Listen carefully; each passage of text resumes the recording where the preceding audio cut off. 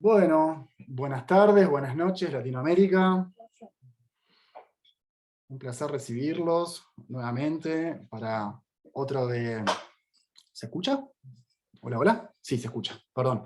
Bueno, es un gusto para el Comité de Educación Continua recibirlos nuevamente en otra de las actividades, este webinar del mes de septiembre. Ahora ya vamos a presentar al experto, a la experta que va a exponer en el día de hoy.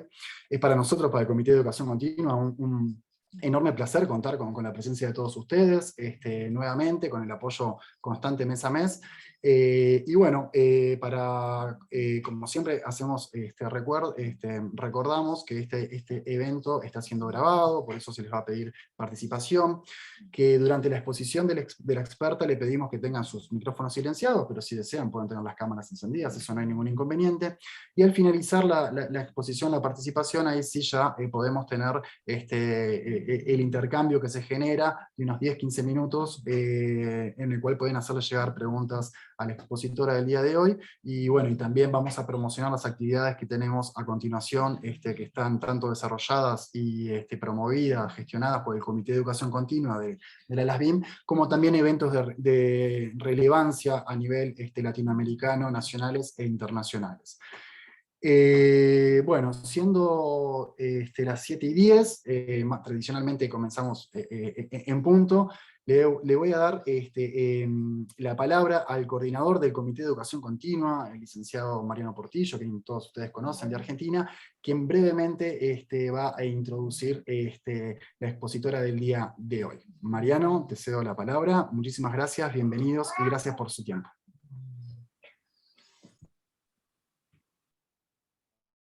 Hola, buenas noches para todos, buenas tardes, dependiendo de dónde estemos. Las latitudes hacen que seamos distintos horarios, así que, bueno, acá estamos para presentar a nuestra expositora del día de hoy, la profesora doctora Silvina Rasiopi, es de Argentina, ella es médica, es especialista en medicina nuclear, es jefa del Servicio de Medicina Nuclear, Imágenes Moleculares y Terapia Metabólica del Instituto Alexander Fleming, es past president de la Asociación Argentina de Biología y Medicina Nuclear.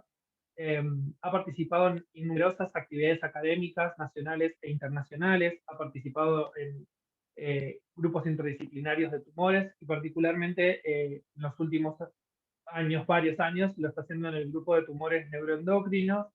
Es la persona con más casuística que tiene en Argentina de exposición respecto a estos tumores. Es decir, la doc tiene muchísima experiencia para que podamos sacarle el jugo en este evento. La verdad es que el centro que ella lidera la terapia o la terapnosis en este tipo de tumores, así que es un placer para nosotros que ella haya aceptado. La doctora también es parte del comité de terapias de las BIM por Argentina, así que no tenemos más que agradecer el tiempo, la dedicación y el espacio. Bienvenida, Silvina, gracias por estar acá y por compartir tu experiencia con nosotros. Bueno, muchísimas gracias. Muchísimas gracias por la invitación. Este es un tema que a todo el grupo de trabajo con el que estoy... ¿Se ve bien la pantalla completa? ¿Se ve bien? ¿Sí? Perfecto. Bueno. Perfectamente, Silvina, muchísimas gracias. La verdad, muchísimas gracias por la invitación. Este Comité de Educación Continua tiene una polenta que hace sostener todo el año estas actividades y compartir. Me parece lindo lo que hacemos cada uno desde nuestro lugar y ojalá que pueda enriquecer o que, digamos, que siempre sume tener esta participación desde distintos servicios de medicina nuclear, que como bien dijo el licenciado Portillo, la verdad es que estamos muy contentos del camino realizado y el camino hecho, y claramente vamos a ver a lo largo de la exposición, esto ocurre porque hay un trabajo multidisciplinario, transdisciplinario, digamos, de mucha dedicación con respecto a esta patología. Fundamentalmente, como él fue su introducción, trabajamos en un instituto monovalente oncológico, donde lidera todo esto un oncólogo, que es el doctor Juan Manuel O'Connor, que es un líder y un referente nacional e internacional en cuanto a la patología neuroendocrina, así que es un placer establecer de alguna manera un grupo que nosotros llamamos NetCom, que hacemos nuestros ateneos semanales y con los que trabajamos y discutimos los pacientes. Así que bueno, muchas gracias y vamos a ver si puedo compartir con ustedes un poquitito, a ver. Bueno, y esta es para mí siempre la introductoria importante, que el tratamiento integral de los tumores neuroendocrinos representa el paradigma del enfoque multidisciplinario en oncología. O sea, es el ejemplo absoluto. Y la medicina nuclear aportó desde siempre imágenes moleculares con alta especificidad a través de distintos radiotrazadores, y la incorporación de todo lo que es la terapia metabólica o radiometabólica con isótopos de lutecio y el itrio unido con análogo de somatostatina ha impactado tanto en el control de la enfermedad y en la supervivencia global, que prácticamente no solo que está en agenda, sino que está en todas las guías del manejo correcto de los tumores neuroendocrinos. Y para, digamos, a modo de introducción, nos queda claro que la terapia radiometabólica es una terapia estratégica que utiliza fuentes radioactivas no selladas con un vector biológico que le da la dirección biológica que queremos, y esa alta especificidad que está diseñada para administrar niveles citotóxicos de radiación. Por lo tanto, la terapia radiometabólica combina dos potencialidades. Por un lado, el efecto citotóxico de la radiación ionizante, como si fuera la radioterapia, por eso radiometabólica, y por otro lado, al facilitar la llegada a múltiples objetivos moleculares tras una administración sistémica. Esta combinación la hace tan selectiva, y también es la responsable de que, digamos, tengamos los efectos adversos de este tipo de medicación sistémica estén bastante acotadas, a pesar de que tienen, por supuesto, ¿no? Quiere decir que el éxito terapéutico de nuestra terapia radiometabólica va a depender de la especificidad y de la afinidad del agente ligando receptor en el objetivo que nosotros queremos tratar. Y de esto se trata. Y aquí entonces entra el término ahora tan comúnmente utilizado, que se incorporó hace unos años, de lo que significa teragnosis, que es esta estrategia de poder tratar combinando diagnóstico y terapia, donde asociamos estudios diagnósticos que permiten identificar esos pacientes puntuales que van a ser ayudados con una nueva medicación, y la terapia que va a estar dirigida en esos resultados diagnósticos. Quiere decir que aquí tenemos la combinación de radiofármacos para lograr la imagen molecular y los radiofármacos terapéuticos que van a estar basados en el mismo mecanismo molecular in vivo. ¿Sí? Lo que consideramos entonces, lo que llamamos en esta instancia, bueno, los pares teragnósticos que vamos a hablar. Esto es, a modo, me encanta digamos, este abanico, porque los tumores neuroendocrinos desde siempre, la medicina nuclear estuvo tan involucrada, que hay un pasado, hay un presente y un futuro en cuanto a radiotrazadores diagnósticos, y cuántos de estos nos sirven de pares teragnósticos para poder consolidar la terapia radiometabólica, ¿sí?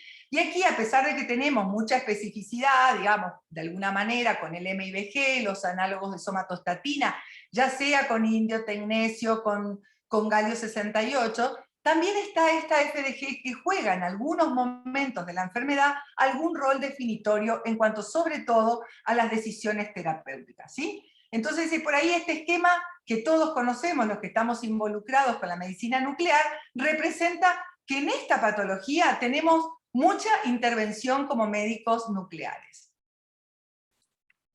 Quiere decir que cuando yo conozco la identidad molecular de lo que quiero ver, entonces elijo la imagen funcional, porque muchas veces lo que necesito ver es sobreexpresión de receptores específicos de membrana, algunas otras veces necesito ver metabolismo glicolítico inespecífico, digamos, para conocer la vía energética, y en algunas otras circunstancias lo que me identifica o lo que me va a hacer tomar decisiones es, por ejemplo, conocer la capacidad para captar precursores de amina, y entonces conociendo qué quiero, cómo quiero identificar, digamos, cómo quiero identificar, voy a elegir la imagen funcional adecuada, conociendo esa identidad molecular que van a tener el tipo de patología en la que voy a ayudar como medicina nuclear. Los isótopos terapéuticos de los que disponemos en nuestro medio son estos. El lutecio, fíjense, a la vanguardia del tema que hoy nos vamos a abordar, ¿no? También el iodo 131 y el itrio 90. Entonces, lo que nos adelantábamos a decir es que aquí, en todo lo que es la terapia radiometabólica, especialmente para los tumores neuroendocrinos, hablamos de esto, los pares terapéuticos, donde mi agente diagnóstico va a tener similares propiedades químicas y biológicas que mi agente terapéutico.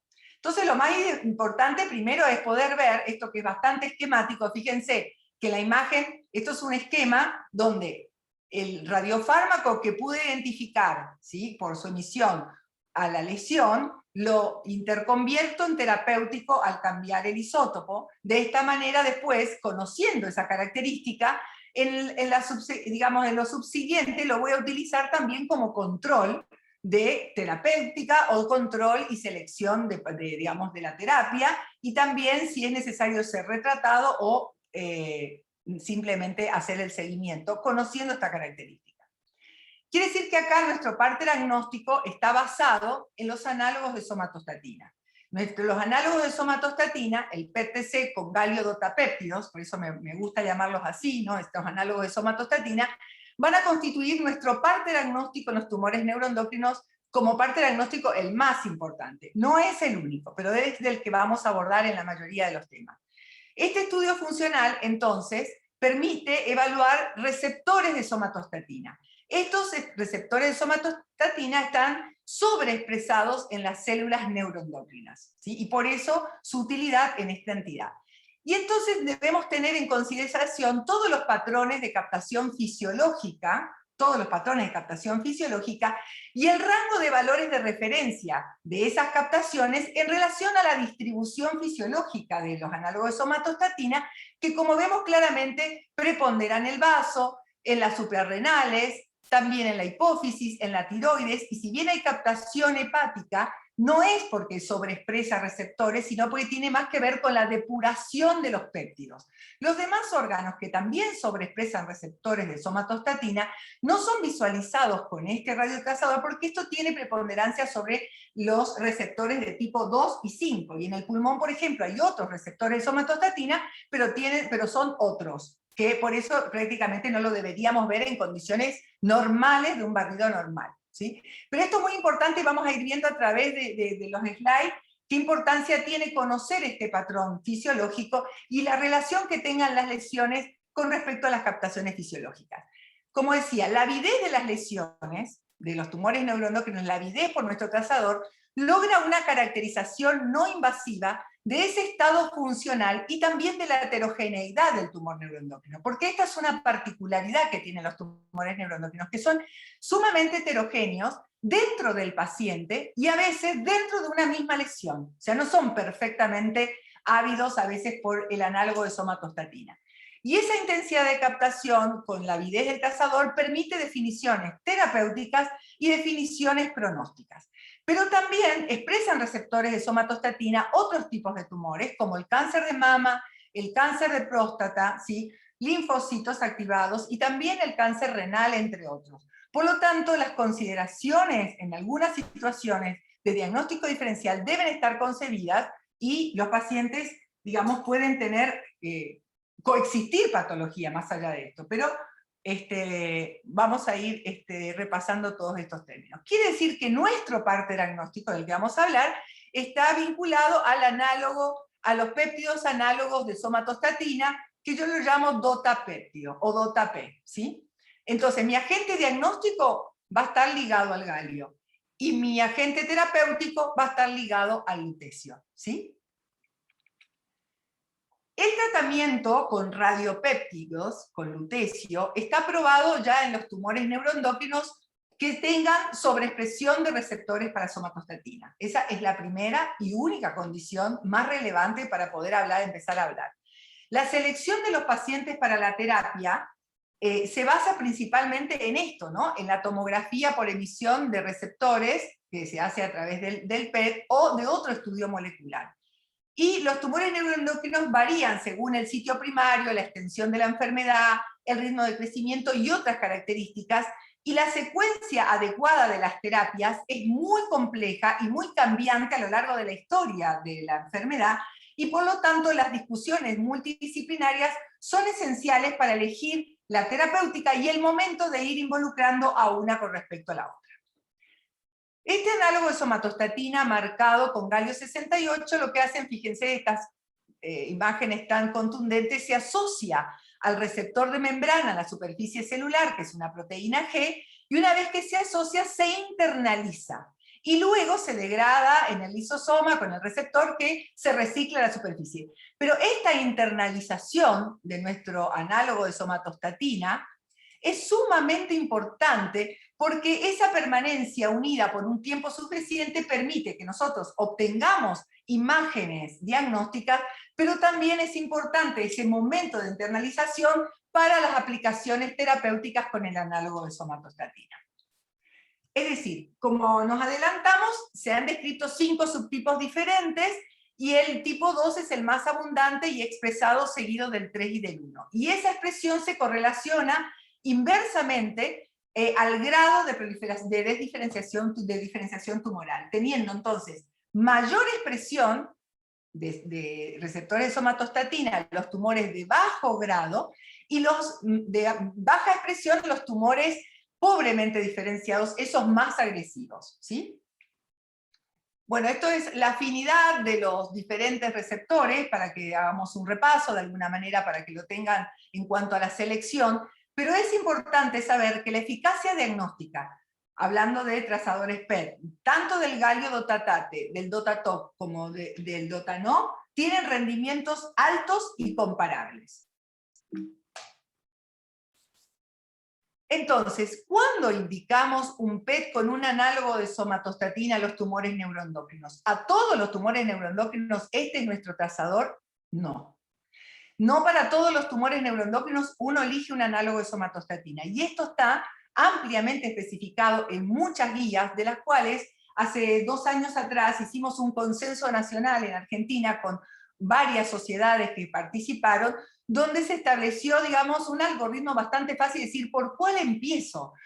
¿Por qué sí, por qué no? Y entonces, en realidad, uno debería empezar con un análogo de somatostatina en aquellos, como decíamos anteriormente, que conozcamos su grado de diferenciación y su, digamos, su potencial, su índice de proliferación, porque esa es una manera en la que está, que por ahí para no ser tan extenso no lo puse, es la manera de clasificar a los tumores neuroendocrinos, que hay muchas maneras de clasificarlos, pero digamos, lo más pragmático son G1, G2, G3, en cuanto a la diferenciación y al índice de proliferación que tengan. Quiere decir que en los tumores neuroendocrinos de tipo G1 y G2, siempre uno podría establecer que el primer trazador debería ser un análogo de somatostatina, tanto para identificar el primario desconocido, como para restadificarlo, etc. Ahora vamos a ver. Y en los G3, uno empieza con FDG. El punto en cuanto al índice de proliferación que separa por qué trazador inicio, es un índice de proliferación en realidad del 10%. Es decir, cuando el índice del Ki 67 es de menos del 10%, entonces elijo un análogo de somatostatina. Y si es superior, ya me está hablando de una desdiferenciación, de una mayor agresión, empiezo con una FDG. Bueno, como decíamos, hay una distribución fisiológica y algunos errores que tenemos que considerar siempre en la interpretación, y nada más que grafico que la densidad de receptores es heterogénea en el páncreas, por ejemplo, y el proceso uncinado tiene mucha avidez por los análogos de somatostatina, tal es así que si no hay algo estructural, morfológico, que pueda valerse, digamos, como una herramienta de patología, eso es considerado distribución fisiológica. Ojo con la esplenosis, acuérdense de la captación preponderante en el vaso, la actividad osteoblástica, estos pacientes pueden tener reparaciones traumáticas, pueden tener Payet, etc. Y los procesos inflamatorios. Quiere decir que nuestro soporte morfológico en la interpretación y toda la pesquisa clínica del paciente, sus antecedentes o controles evolutivos o retrospectivos de estudios previos, son importantes para dar jerarquía a los hallazgos que vamos a encontrar en los análogos de somatostatina. Por lo tanto, somos muy defensores de que la tomografía que se haga en los estudios de PTC sean tomografías de tipo diagnóstica. Dejar o no, la mayoría de los pacientes, depende de las instancias, ¿no? Ahora se usa de una forma mucho más precoz, pero depende de las instancias, de muchos de estos pacientes que ya sabemos que sobreexpresan receptores de somatostatina, toman análogo frío de somatostatina. Entonces durante mucho tiempo se habló de la suspensión del tratamiento mucho tiempo antes para poder hacer un estudio de calidad. Y eso está totalmente fuera de escena en este momento, porque, digamos, la duda era, ¿hay competencia por el receptor? ¿Modifica el SV? ¿Suspender el tratamiento sí o no? El tratamiento no se debe suspender, al contrario, el que esté bajo análogo de somatostatina muchas veces consigue un mayor contraste tumor-fondo por, digamos, la competencia de la distribución fisiológica del trazador, y además, a veces, justamente eso hace que sea exacerbado o engrandecido el SV de los pacientes que tienen un estudio basal sin análogo de somatostatina, y en un control con análogo de somatostatina hay que considerar que muchas veces el aumento del SV puede estar dado justamente por esto, que es un mecanismo facilitador que hacen los análogos de somatostatina frío, y hay que considerarlos en la interpretación de los cambios del SV. O sea que nosotros, si bien en la terapia está recomendado hacerlo alejado, la inyección de los análogos fríos, o bien posterior, después de las 48 horas, de ninguna manera suspendemos ningún tipo para la situación diagnóstica ni la terapéutica de los tumores neuroendocrinos. Como decía, el uso apropiado. ¿Dónde está el escenario de los análogos de somatostatina? Estadificación inicial, localización de un tumor primario en pacientes que tienen lesiones secundarias de origen desconocido, y fíjense en la letra más importante, en la selección para los pacientes para ser tratados con péptidos, con radiopéptidos, ¿sí? Y después hay otras donde el score es mucho menor, porque están recomendados, a veces más controvertidos, y a veces otro estudio complementario puede también utilizarse para la toma de decisiones. Por lo tanto, en los escenarios, si bien no es en tema, les muestro rápido algunos escenarios, como por ejemplo este caso de una paciente de 68 años, con un síndrome carcinoide de impregnación, aparecen lesiones hipervasculares, que es una característica que tienen en la tomografía computada, vinculables con metástasis hepáticas, y se hace una punción aspirativa con aguja fina de la lesión, porque no se encontraba un primario que justificaba esas lesiones de tipo secundaria, y el inmunofenotipo fue compatible con un tumor neuroendocrino bien diferenciado. Entonces este sería un ejemplo de un caso clínico en búsqueda de primario, que además va a servir de estadificación, porque ya tiene esta lesión secundaria declarada por el cuadro clínico con el que llegó la paciente. Y fíjense que se hace un estudio con galio, y así como ya nos fue quedando en la retina en la distribución normal, fíjense la heterogeneidad de la avidez, de las lesiones hepáticas, múltiples compromisos prácticamente de casi todo con lesiones confluentes del parénquima, que sobreexpresaban receptores de somatostatina. Pero en esta búsqueda de primario se decide hacer, además, una tomografía bien diagnóstica, que en vez de un contraste oral habitual, se lo hicimos con manitol para convertirla en una entero-TC, y poder identificar en este paciente que no tenía lesión pancreática, que podría ser otro sitio común, sino que que es el más común, que son las lesiones intestinales, muy bien caracterizados con nuestra entero-TC, que coincidió perfectamente con los focos que tenían aumento de captación de nuestro trazador de sobreexpresión de somatostatinas. Y al menos se evidenciaron 3 engrosamientos parietales bien con marcado, mire, fíjense el marcado realce que tiene, aquí en el realce post-contraste endovenoso, bien hipervasculares, y también estaba acompañado de una adenomegalia mesentérica, estas que tienen toda la retracción de la grasa circundante, claramente con mucha sobreexpresión, identificándose el primario en esta indicación, que es una bastante frecuente. Entonces, a modo de otro ejemplo, y antes de entrar a la terapia, la otra es la estadificación. ¿Y por qué me gustaba mostrarles este caso? Porque ya aprendimos en qué casos usamos el análogo somatostatina, y este es un caso bastante particular. Es una paciente de 72 años, con dolor abdominal, con dispepsia, pérdida de peso, ecografía y tomografía, con evidencia de lesión pancreática y metástasis hepáticas. Entonces se decide, lo más probable es que toda la lesión secundaria hepática esté vinculada a esa lesión pancreática. Lesiones hepáticas que no eran tan hipervasculares, fíjense que se expuse a propósito porque aquí se ve perfectamente, es un estudio contrastado con contraste endovenoso, sin embargo eran lesiones que no eran tan categóricamente o tan hipervasculares como uno quisiera, por más que esto es un poco tardío, que certificara que fuera un tumor neuroendocrino. Entonces, como para tomar conducta terapéutica y ante qué situación, pensando en un adenocarcinoma de páncreas, se hace una biopsia endoscópica y la sorpresa fue que la anatomía patológica arroja un tumor neuroendocrino de páncreas G1 con un Ki de 7%, que por lo que hablamos anteriormente estaría en el grupo donde elijo como primera instancia un análogo de somatostatina, en este caso para estadificar, y en realidad es para dos cosas: para estadificar por un lado, porque este es el momento en que me sirve un análogo, y por otro lado, conocer el estatus funcional de los receptores en un paciente que tiene un G2 con un Ki de 7, para poder elegir probablemente una estrategia terapéutica en la que podría estar incluido o no un análogo de somatostatina. Así que con esta característica histopatológica se indica el estudio con análogo de somatostatina. ¿Cuál fue la sorpresa? La sorpresa, miren, en esta distribución prácticamente parece un estudio absolutamente normal.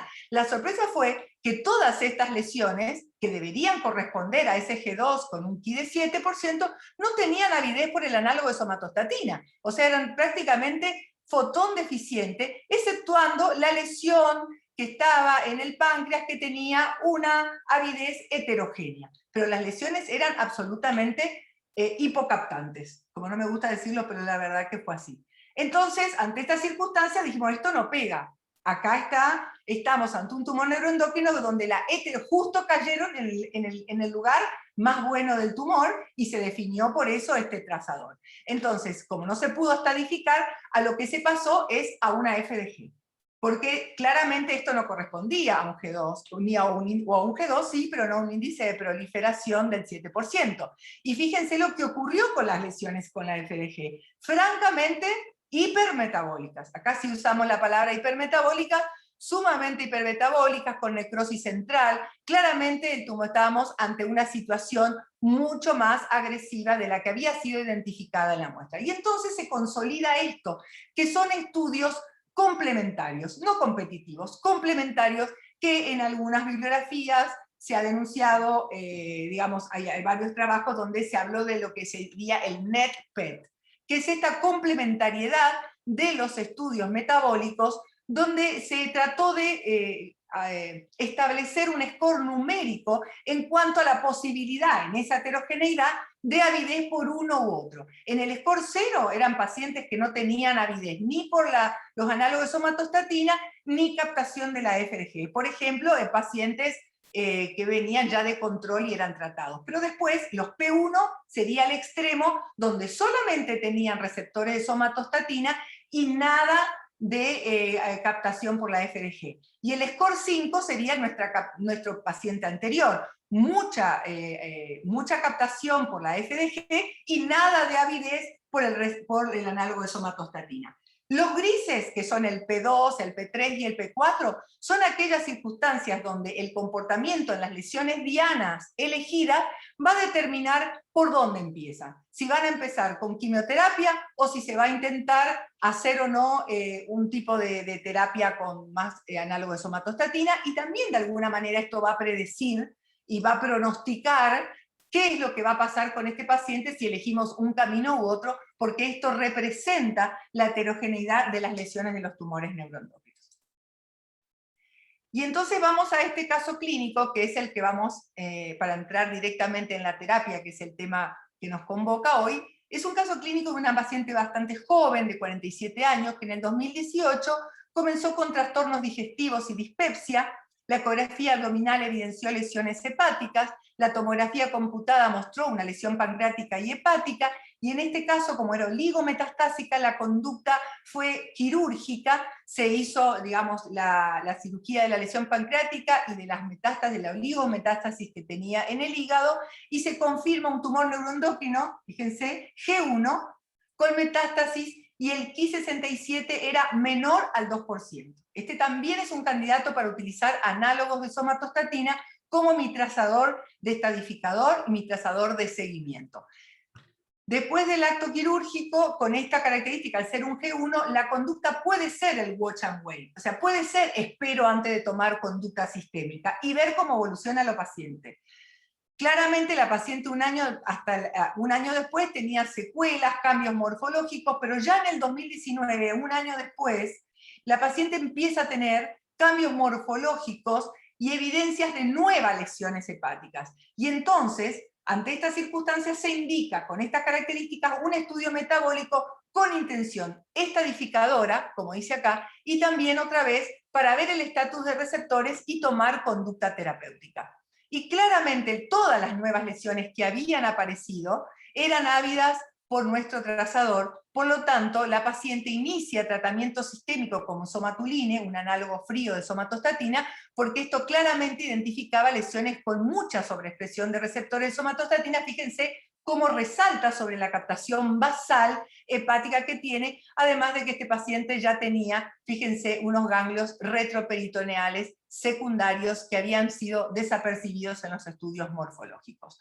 En esta instancia y por estas características, esta paciente siempre se controló con análogo de somatostatina y ocurre este desenlace. La paciente empieza en el 2019 con somatuline, ¿sí? Hace progresión de enfermedad en un control al año siguiente, por lo tanto pasa ya a otra línea terapéutica, que no son análogos de somatostatina, pasa al everolimus. No tolera el everolimus, la paciente pasa entonces a capecitabina temozolomida, que es la siguiente instancia terapéutica, y fíjense que ante esta circunstancia, miren lo que ocurre ahora, en el 2022. La paciente tiene mayor compromiso, acá tenía compromiso hepático, compromiso ganglionar, retroperitoneal y mediastino, hace respuesta, pero no tolera el everolimus, entonces cuando pasa a capecitabine, hay una respuesta parcial al capecitabine, la paciente empieza a aumentar la cromogranina y algunos otros parámetros, además del deterioro clínico, se restadifica y vemos que con este esquema terapéutico se recrudece la enfermedad. No solamente a nivel hepático, sino que múltiples de estos focos, además de ser ganglionares, corresponden a estructuras óseas. Entonces, en esta etapa, el control con este estudio metabólico, que siempre va demandando la sobreexpresión de somatostatina, genera la pregunta si no es pasible de ser un candidato para ser tratado con un análogo de somatostatina, ¿sí? Esto es lo que se tiene que dar en la secuenciación de la elección de un paciente pasible de ser tratado con radiopéptidos, ¿sí? Entonces, esta avidez por el radiotrazador, que es tan importante y que hacemos tanto hincapié, que debe ser siempre denunciada en los informes de los estudios, porque decir que tiene sobreexpresión de receptores de somatostatina no es suficiente. Hay que decir el SV, o al menos decir la relación que tiene esa avidez con respecto a órganos que son, digamos, de referencia, como el vaso y el hígado. Más que el vaso, menos que el vaso, más que el hígado, porque eso tiene una connotación en las decisiones terapéuticas que tome el oncólogo que va a manejar este paciente. Y aquí está claro, por ahí elegí este trabajo porque justamente representa todo esto que venimos hablando, donde el Ki impacta en la sobrevida, ¿sí? Acá vemos los pacientes que tienen un Ki 67 mayor de 5 o menor de 5. Fíjense la sobrevida que tienen estos pacientes. Aquellos pacientes que tienen un SV mayor, aquellos que tienen mayor de 38, esos SV seguramente están todos por encima del vaso, o sea, son pacientes mucho más diferenciados, pacientes que tienen esa sobreexpresión de receptores claramente tienen mejor pronóstico y una mejor respuesta terapéutica, ¿no? Y que los pacientes que tienen un SV menor a 37, ¿sí? Se tomaron esos parámetros. Y por supuesto, se hizo también la correlación de esta situación de receptores y la terapia con radiopéptidos, claramente impactando en la sobrevida libre de progresión fundamentalmente. Por lo tanto, el PET con Galio-DOTA es un predictor de respuesta terapéutica. Es decir, eso que nosotros vamos a informar o esas características que vamos a denunciar en nuestro informe diagnóstico, que va a concebir a esto como un parter agnóstico o no, va a definir muchas cosas. ¿Por qué? ¿Por qué? Porque esto que vamos a denunciar en un estudio diagnóstico no va a hablar del grado de diferenciación, del índice de proliferación, de esto que hablábamos, el SV más alto con una mayor sobrevida libre de progresión, de acuerdo a los trabajos, por más que haya mostrado que resume por ahí las 3 variables. Y que la captación también se va a correlacionar con la dosis que vamos a entregar al tumor, ¿sí? Claramente. Entonces, por otro lado, y tan importante saber que la heterogeneidad se va a correlacionar con una peor sobrevida global. Quiere decir que todas estas características que tenemos, por más que elijamos lesiones dianas, deben ser denunciadas en un buen estudio diagnóstico, sobre todo si los estamos haciendo para convertir ese análogo de somatostatina en nuestro partner agnóstico y pasar a la instancia de la terapia. Quiere decir que nuestro análogo de somatostatina es un biomarcador pronóstico y es un biomarcador predictivo. Es un biomarcador pronóstico porque identifica la probabilidad de que un paciente tenga un resultado más o menos favorable independientemente de la terapia que elijamos, ¿no? Por ejemplo, un ejemplo de un biomarcador pronóstico puede ser la tasa de crecimiento tumoral en el tiempo. Y como es un biomarcador predictivo porque separa individuos más o menos propensos a responder a una intervención específica, que es de la que nos estamos ocupando. Es decir, que va a predecir la respuesta terapéutica lo suficientemente, en una manera confiable, para poder afectar las opciones terapéuticas que se tomen en relación a esa sobreexpresión de receptores de somatostatina que vamos a denunciar con nuestro estudio. Y acá, si bien ya, digamos, hay muchos otros estudios que han avalado, el NETTER-1 ha sido el estudio que puso sobre la mesa la importancia y el impacto que tiene el lutecio en los pacientes con tumores neuroendocrinos. El NETTER-1 fue un estudio que fue diseñado para los NET de Midgard, ¿sí? Y que comparó a aquellos pacientes que tenían, fue un estudio multicéntrico, randomizado, y tuvo un grupo control que fue con análogos fríos. Sin embargo, se comparó el análogo frío con los análogos en altas dosis, con un análogo frío más lutecio. Y claramente fue tan contundente la respuesta objetiva que se obtuvo con el lutecio versus los análogos fríos, y el impacto que tuvo en la sobrevida libre de progresión, que de alguna manera esto quedó reflejado en la incorporación del lutecio en todas las guías terapéuticas para los tumores de Midgard. Digamos, como conclusión de este gran trabajo es que el lutecio lo que consigue es control de enfermedad. Eso es lo más importante.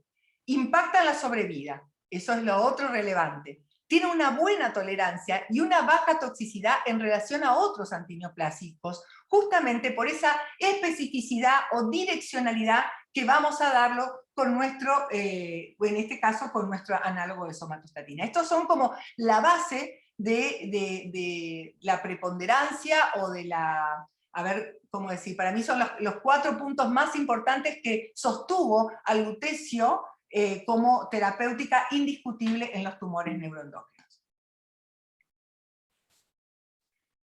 Bueno, nosotros, digamos, por nuestras condiciones, situación país, desarrollo, capacitación, todas las situaciones, digamos, estamos viendo esta película hace muchos años, lo que está pasando en otros lados, y hay muchas lesiones que ellos han aprendido y que ya nos van transmitiendo, y de las que nosotros nos subimos al tren de estas lesiones de más de 20 años aprendida con respecto al tratamiento con radiopépticos, ¿no? Por supuesto que NETTER-1, que fue el que consiguió esa aprobación final para poder poner en las guías y establecer en las sociedades esta opción terapéutica, al que ya se han incorporado, por ejemplo, los neuroendocrinos de páncreas, ¿no? Ahora les voy a mostrar por qué. La eficacia terapéutica se mide en la disminución del tamaño del tumor, esa respuesta objetiva que lo hubo, en el alivio sintomático de los pacientes, en la mejora de la calidad de vida, en la disminución de los biomarcadores que en la mayoría de los casos, pero no en todos, acompaña la respuesta terapéutica, en el aumento de la sobrevida, y que sabemos que el PTC con FDG es un factor pronóstico independiente, de mal pronóstico, pero es un factor pronóstico independiente, en el que muchas veces tenemos que sumar para tomar decisiones. Es bien tolerado, tiene efectos secundarios agudos leves, y una toxicidad hematológica leve y reversible en más del 90% de los casos, y la toxicidad crónica renal o hematológica son leves si se toman las precauciones adecuadas, y ni hablar si se comparan con otros tipos de antineoplásicos en los que podrían competir en esta instancia de decisión terapéutica. Bueno, esto es, digamos, así como empezó el NETTER-1 y puso sobre la mesa y puso en las guías, esto se fue extendiendo, y la aprobación final fue para los gastroenteropancreáticos, digamos, incluyendo todos los PANNET, ¿no? Incluyendo en base de datos de estudios que establecieron respuesta objetiva y supervivencia en otras etiologías que no sean todos los tumores, los NET de Midgard, ¿sí? Digamos, la terapia con radiopéptico es una opción favorable en pacientes con metástasis bronquiales y gastroenteropancreáticas que expresen receptores de somatostatina. Con lutecio es seguro, con muy pocos efectos secundarios. Eso es como el colorario de todo lo que se estableció para poder incorporar otras etiologías que se ven beneficiadas por los análogos de somatostatina. ¿Cuándo se indica un tratamiento con radiopéptidos? En tumores neuroendocrinos metastásicos inoperables, que tengan alta densidad de receptores, por un estudio funcional de medicina nuclear. Son tumores gastroenteropancreáticos, por lo que vimos, súper avalados, ya no se cuestionan. También en feocromocitomas y paragangliomas, en neuroblastomas y en el medular de tiroides. En aquellos que la sobreexpresión de receptores de somatostatina y una situación de inoperable pueden validar la opción terapéutica. Idealmente son los bien o moderadamente diferenciados, por los que vimos, los tipos G1 o G2, con un Ki menor al 20%. Sin embargo, en algunas instancias, los G3 que tengan alta expresión de receptores de somatostatina podrían beneficiarte con este tipo de terapia. Es importante que el paciente sea autosuficiente cuando decidimos hacer la terapia y que la expectativa de vida sea superior a los 6 meses, porque la entrega de las dosis, y ahora vamos viendo, son entregas de dosis que se van haciendo con una distancia entre semanas que genera a lo mejor la totalidad de entregar las 4 dosis estándares como un primer tratamiento, una secuenciación de por lo menos entre 5 y 6 meses. Bueno, esto es a modo de ponerlos, estas son guías actualizadas del 2022, donde claramente el manejo, digamos, del tumor gastrointestinal, digamos, metastásico, enfermedad avanzada, necesita validar un estudio metabólico para reestadificarlo, y está claramente establecido que puede ser una opción terapéutica el análogo de somatostatina. Lo mismo aquí en el tratamiento del cáncer de páncreas, lo mismo, estudios funcionales para hacer la estadificación y el estatus de receptores, y por supuesto la opción terapéutica avalada en estas guías. Acá tenemos en los G3, que hablábamos, que por ahí uno no lo elige, y bueno, en qué situaciones uno puede pedir, en aquellos G3 que sean localmente avanzados, metastásicos, pero que tengan una biología relativamente favorable, ¿sí? Con un Ki menor al 55, y que podamos mostrarles con un estudio molecular que tiene receptores de somatostatina, podrían beneficiarte estos tumores más agresivos con la terapia de lutecio, e impacta también en la sobrevida libre de progresión. Entonces, hay una secuenciación terapéutica individualizada que hay que tener en cuenta para cada paciente, por lo que hablamos.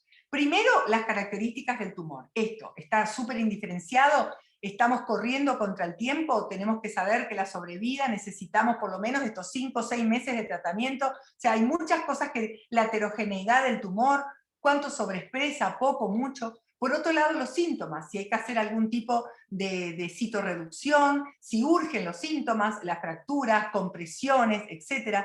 Las comorbilidades que tenga el paciente, si tiene insuficiencia hepática, si el paciente es diabético, si el paciente es hipertenso, todas condiciones que pueden, digamos, tener implicancias en la decisión, y los tratamientos previos, sobre todo los tratamientos previos referidos a muchas cosas. Una, los tratamientos previos por el tema de esta reserva medular que necesitamos. Muchos de estos pacientes en la instancia que impiden estos estudios vienen con unas toxicidades hematológicas previas, con lenta recuperación, y van dejando una reserva medular cada vez más paupérrima. Entonces es importante conocer. Por otro lado, el sitio que marca de alguna manera el pronóstico de los pacientes, y es el más frecuentemente afectado y con gran impacto, es el parénquima hepático. Por lo tanto, los tratamientos previos, cirugías previas, embolizaciones, quimioembolizaciones, todo lo que de alguna manera puede alterar la funcionalidad hepática, también es algo que debemos considerar a la hora de elegir o de definir si vamos a tener en cuenta,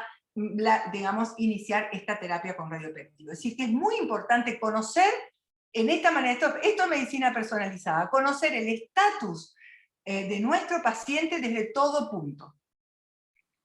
Las contraindicaciones absolutas, el embarazo, enfermedades concomitantes agudas, por lo que por ahí me adelanté un poquito antes, los trastornos psiquiátricos graves e inmanejables, sobre todo por las medidas de radioprotección, el aislamiento de la paciente, etc. Y las relativas son la lactancia materna, si no se interrumpe, la función renal severamente comprometida, porque hay una, digamos, nefrotoxicidad que se debe cuidar, pero tenemos que saber desde dónde partimos, y por supuesto una médula ósea severamente comprometida por la mielotoxicidad. Entonces nuestra terapia consta de 3 fases, digo yo. La primera fase es toda la fase pretratamiento, que a veces es la más difícil de todas, creo yo, ¿no? Que es la selección del paciente con todas estas características de las que estábamos hablando. Y los estudios funcionales, a los que no solamente me refiero en el caso de, por ejemplo, en el caso de tener sobreexpresión de receptores de somatostatina, porque eso está implícito en la selección del paciente. Estudios funcionales me refiero, por ejemplo, a estudios funcionales renales o estudios funcionales hepáticos, si la paciente, digamos, que no tenga litiasis renal, que no tenga insuficiencia hepática, que tenga un hígado remanente muy pobre, así, cualquier estudio funcional que pueda ir sumando que esos órganos críticos no van a ser perjudicados o van a estar dañados o le vamos a sumar, digamos, mayor agresión de la que ya tiene, ¿sí? Entonces, esa fase pretratamiento donde se trabaja mucho en el equipo multidisciplinario, creo yo, es fundamental. Y de hecho, hay muchos trabajos publicados donde mucha de la falla terapéutica que se logra, muchos de los pacientes que no concluyen las 4 dosis recomendadas, que terminan a mitad de tratamiento, que se hacen tratamientos incompletos, que tienen toxicidad, son pacientes que fueron mal seleccionados. Entonces realmente el éxito en parte genera con elegir el paciente indicado al que le vamos a dar un beneficio con este tratamiento. O sea, es muy importante esa fase de pretratamiento. La fase terapéutica es una fase que implica ya todo lo que viene de la internación, la nefroprotección con los aminoácidos, el soporte clínico, los controles interdosis, ese manejo que tiene el servicio de medicina nuclear y el equipo que está involucrado, digamos, que es la fase que nos lleva esas 5 o 6 meses de intercambio permanente con el paciente. Y después tenemos la fase de seguimiento, que es el seguimiento alejado, un seguimiento clínico, un seguimiento hematológico, ¿sí? Y las imágenes que uno debería realizar después de terminado el tratamiento como control terapéutico. Esta periodicidad, que acá está puesta, digamos, las 4 inyecciones, esta periodicidad que se da en cada 8 semanas, más o menos 2 semanas, ¿sí? Entonces entre 6 y 10 semanas con ese distanciamiento, esa periodicidad permite que el paciente se recupere de los efectos secundarios leves y también aumenta la efectividad en términos de actividad radiobiológica. ¡Ay, es tardísimo! ¡Uy, Dios! Bueno, voy a hacer muy bueno. Estas son las partes: admisión, nefroprotección, administración, el barrido postdosis, el seguimiento sugerido con imágenes fundamentalmente a la mitad del tratamiento recién, después de 2 dosis por lo menos, no tanto porque puede haber situaciones de edema radiogénico que pueden generar malas interpretaciones, pseudoprogresiones, etc. Esto es un paciente, fíjense, es un paciente que tenía francos receptores de somatostatina, se le hicieron las 4 dosis, estos son los barridos que genera el gamma del lutecio y que se hacen entre las 48 y 72 horas posteriores a la administración, y este es el éxito terapéutico en este paciente, donde claramente se ha visto la disminución, y en algunos casos desaparición, de las lesiones que tiene este paciente, ¿sí? Bueno, y esto les voy a mostrar, este es otro paciente que también no hizo tanta involución de las lesiones, pero sí hizo disminución, no morfológica, pero sí hizo una clara disminución de la sobreexpresión de receptores, y fíjense lo importante de este paciente de 43 años, que empezó hace muchos años, en el año 2016, en el 2017 tiene las recaídas, en el 2017 se solicita el PET y vemos la progresión. Este paciente que tuvo esta respuesta que indica más estabilidad que involución de las lesiones, hasta septiembre del 22 es un paciente asintomático y estable. Es un éxito terapéutico desde el punto de vista de los radiopéptidos. Elegir el momento, ¿cuál es el momento adecuado para iniciar? Es algo que se decide en un equipo multidisciplinario. De primera línea, primero vamos a controlarlo con quimioterapia y entramos después. Esta decisión terapéutica se toma en un equipo multidisciplinario.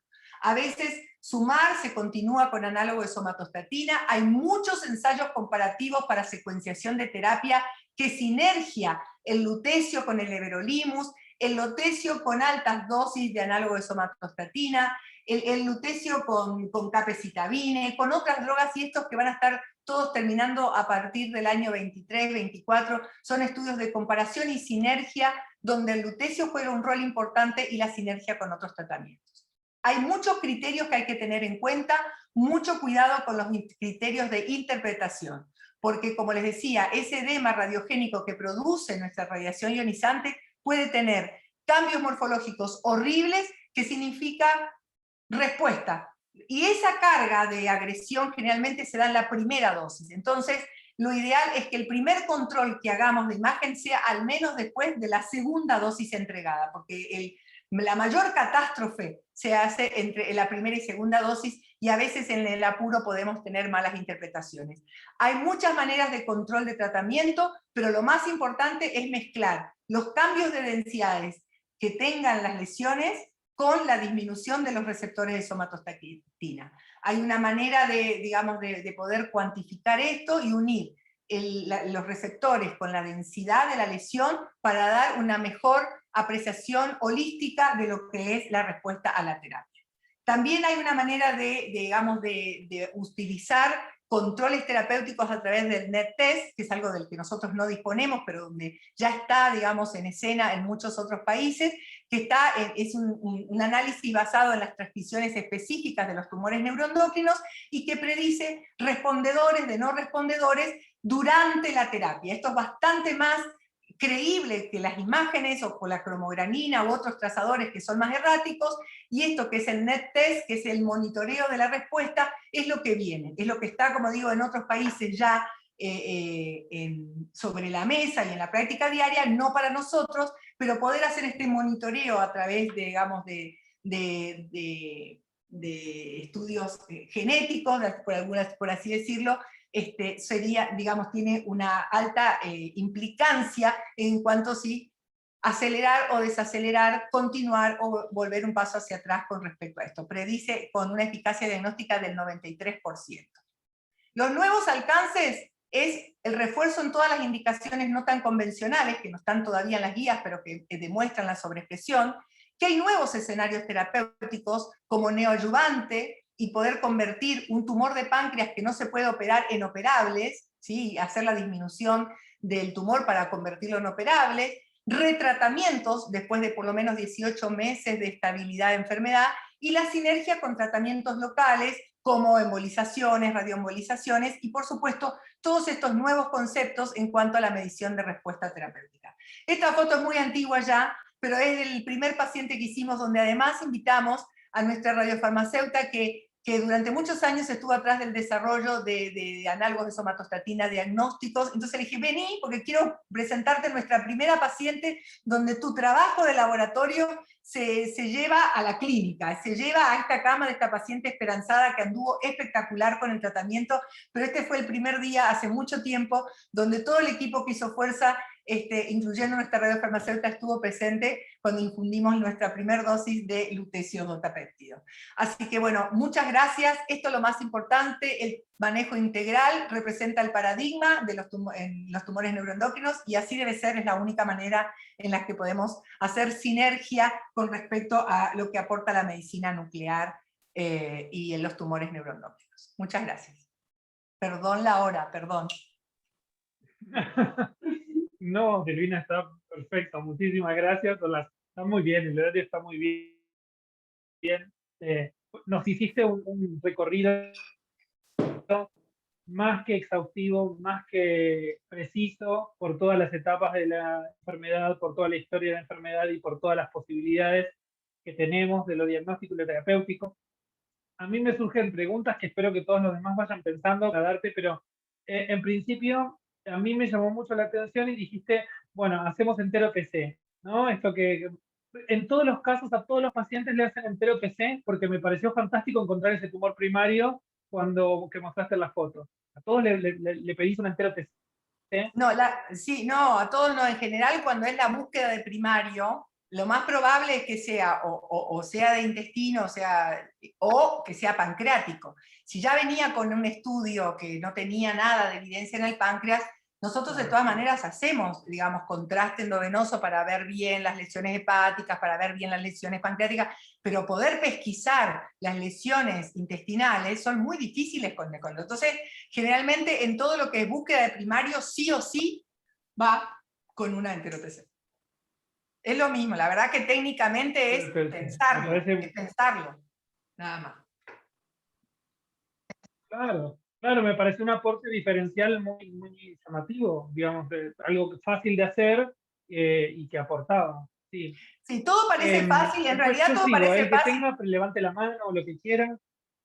Todo parece fácil en la medida, digamos, pero acá hay un Decime. compromiso técnico y un compromiso médico permanente, digamos, y la gente involucrada, digamos, porque a veces se te escapa cuando ves la orden, es un primario desconocido, ¿no? O sea, todos tienen que estar con una alerta alta con respecto a estas cosas que hacen la diferencia en hacer un buen estudio. Claro. Y en eso pensaba en hacer la diferencia también, y quería preguntarte tu opinión personal en cuanto a qué crees vos, cuál es el rol del médico nuclear. Mencionaste todo el tiempo el trabajo interdisciplinario, pero digamos, en mi experiencia de veintitantos años no veo al médico nuclear tan metido e involucrado, y siento que vos lo mencionaste fuertemente, ¿no? En esto de las etapas, pretratamiento, durante el tratamiento, post-tratamiento. Es que mira, ¿Cómo crees que es hace tu opinión mucho, respecto al involucramiento del médico nuclear? mira, no existe otra manera de poder manejar este tipo de indicación en la medicina nuclear. Hace muchísimos años yo leí una carta de editor del profesor Korstens, que es un referente en el mundo, y él decía que la gente que se involucra en la terapia es gente que, digamos, tiene que pensar que se tiene que involucrar desde otro lugar y con otro compromiso. Porque así como en la selección, digamos, no sé cuáles son las reglamentaciones de cada país, pero digamos, en nuestro país, el médico nuclear debe avalar la indicación del médico tratante. Entonces, el médico tratante dice, bueno, yo creo que en esta instancia, el médico tratante consulta al médico nuclear, pero vos tenés que avalar porque sos responsable desde todo punto de vista, digamos, desde el punto de vista de la radioprotección, sos responsable del punto de vista clínico de ese paciente de poder instrumentar este tipo de tratamiento. Quiere decir que esos meses es casi, te diría, el paciente de medicina nuclear, sin que pierda, por supuesto, el contacto. Sobre todo se da más con el nutricio PSMA, con el urólogo y el médico, pero el oncólogo o el endocrinólogo especialista en oncología que trata a estos pacientes lo sigue viendo, y para nosotros es un permanente interconsultor, por eso es muy importante ese trabajo. Pero desde que vos aceptaste que vas a hacer la terapia, sos responsable hasta el último control, que lo haces 4 meses o 6 meses después de terminada la terapia. Hasta ahí es un paciente de medicina nuclear. Entonces, sos responsable de todo, del laboratorio, de levantarle los blancos y etcétera, ¿no? De todo esto. De largar un estudio con todo el aval que necesitas. Mucho trabajo, mucho trabajo. Tremendo Había trabajo, una sí. pregunta en el grupo. Exacto, sí, bueno, antes que nada agradecerte, por supuesto, muchísimas gracias por tan excelente exposición, tan detallada. Bueno, están preguntando, más allá de agradecer y felicitar por la charla, consultando por las direcciones de correo, tanto tuya como de la radiofarmacéutica, después podemos hacerlas llegar sin ningún inconveniente. Y están consultando, por ejemplo, Renzo José Guardo consulta cómo es la interacción del médico con el radiofarmacéutico en pro de la eficiencia en el tratamiento, de la eficacia del tratamiento. Con el radiofarmacéutico en realidad no tengo ninguna, o sea, hablamos con el laboratorio y coordinamos, ¿no? Lo que pasa es que en el caso puntual de la doctora Silvia Castilla, hace tantos años nos conocemos y era tanto un proyecto que queríamos concretarlo, que me parecía importante, pero en realidad, digamos, siempre que hay alguna salvedad o algún cambio, no, pero la verdad que una vez instrumentado, la comunicación es más logística que una comunicación de ellos, no participan tanto al principio, sobre todo porque era como poner en el paciente este trabajo de tantos años de desarrollo. En realidad fue un poco eso, pero no tengo, o sea, tenemos un trato de un millón de cosas, pero la terapia no está involucrada directamente ya. No está, digamos, es una cuestión logística. Con el laboratorio sí, porque nosotros, digamos, muchos de los insumos vienen todos del exterior, entonces hay toda una coordinación tremenda para poder poner en un día, en una fecha, y en, digamos, en un horario, y nosotros, hay muchas maneras de instrumentar la terapia, que por ahí no alcanza un solo día para poder compartirles lo que hacemos. Digamos, del punto de vista de la radioprotección, es un paciente que se puede ir en forma ambulatoria después de 6 a 8 horas. Nosotros, por el tema de, sobre todo en los funcionantes, nosotros los internamos 24 horas, más como es el modelo europeo. Y entonces toda esa logística conlleva y hacer la nefroprotección, hacemos un esquema largo, bueno de nefroprotección, porque en realidad la nefrotoxicidad a veces es inmediata, pero digamos, tenés miedo de la que viene la tardía. Entonces, todo eso lleva un trabajo digamos, del servicio que es más allá que infundir, y nosotros no hacemos en forma ambulatoria, nosotros hacemos 24 horas de internación.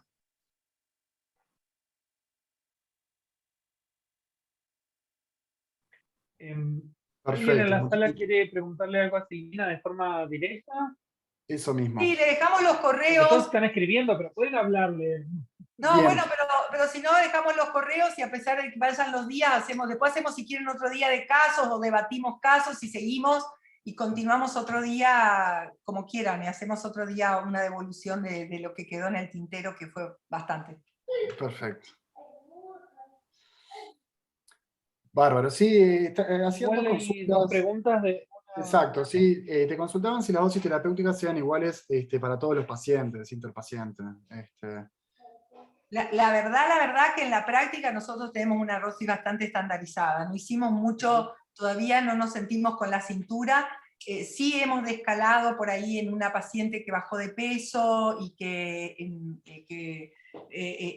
escalamos entre la tercera y la cuarta, pero en realidad usamos los 200 milicuries por paciente, y bueno, la verdad es esa. Hola, buenas noches.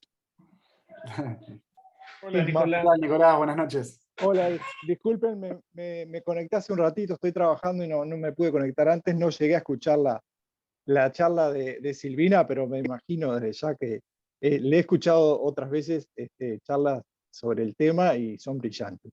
Un saludo para Silvina también. Y una mínima consulta. Silvina, viste que ahora están empezando a resurgir, a nosotros por lo menos nos ha sucedido, la pregunta en cuanto al retratamiento. ¿Tienen experiencia ustedes en retratar a algún paciente con lutecio? Mira, todavía no retratamos ningún paciente. Viste que lo que te dicen es que si anduvo perfecto como ese, o sea, por ahí puse algunos casos como medios gráficos. Este chico joven de 40 y pico años que mostré, ya lleva 2 años bárbaro, y Claro.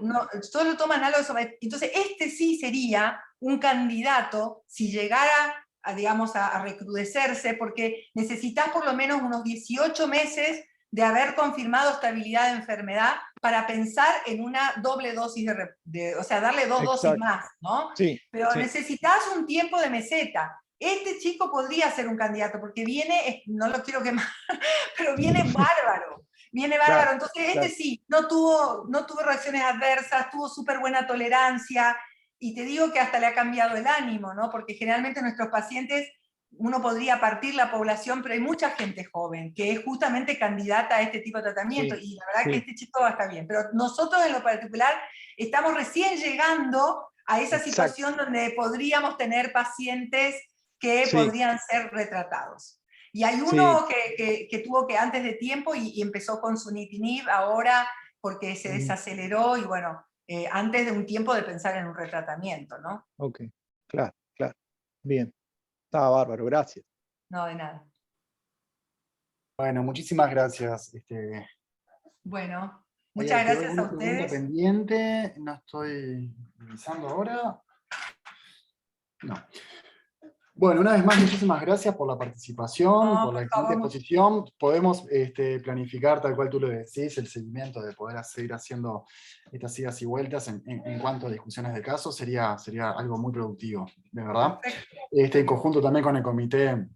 Claro, por ahí hacemos alguna devolución solo basado en los casos, que es lo más gráfico, ¿viste? Porque ahí mostrando el caso, cuando ves no te olvidas más. No se van a olvidar del entero TC. Sin lugar a dudas, sin lugar a dudas. Bueno, antes de despedirnos, como es habitual, es nuestro interés poder promocionar la próxima actividad, el próximo webinar que va a ser realizado con coordinación del Comité de Educación Continua. La fecha para el próximo webinar es el jueves 27 de octubre.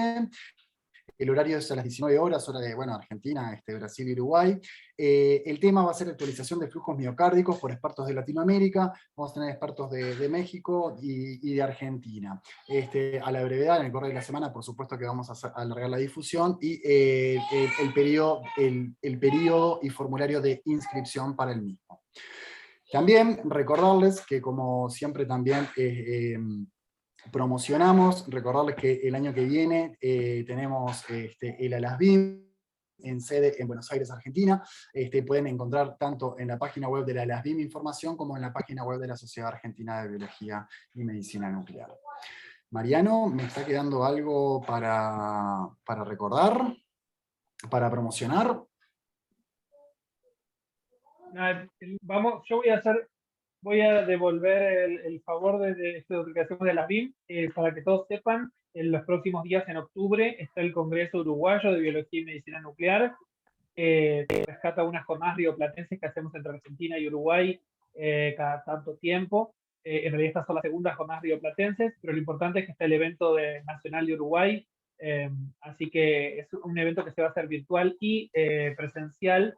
Pero bueno, es lindo acompañar a las sociedades nacionales, también esto acompaña y nos ayuda a conocernos más a través de las sociedades que componen a las BIM. Así que los que quieran, Sociedad Uruguaya de Biología y Medicina Nuclear, y ver cómo participar en este evento y seguir acompañando a Latinoamérica. Muchísimas gracias. De mi parte nada más, gracias. No, gracias de mi parte, a todos, a Silvina, un cariño enorme, a todos los demás, y nos vemos la próxima. Muchísimas gracias a todos por participar. Nos vemos la próxima, Silvina especialmente. Buenas noches, gracias. Mariano, buenas noches, gracias. Gracias. Hasta luego, gracias.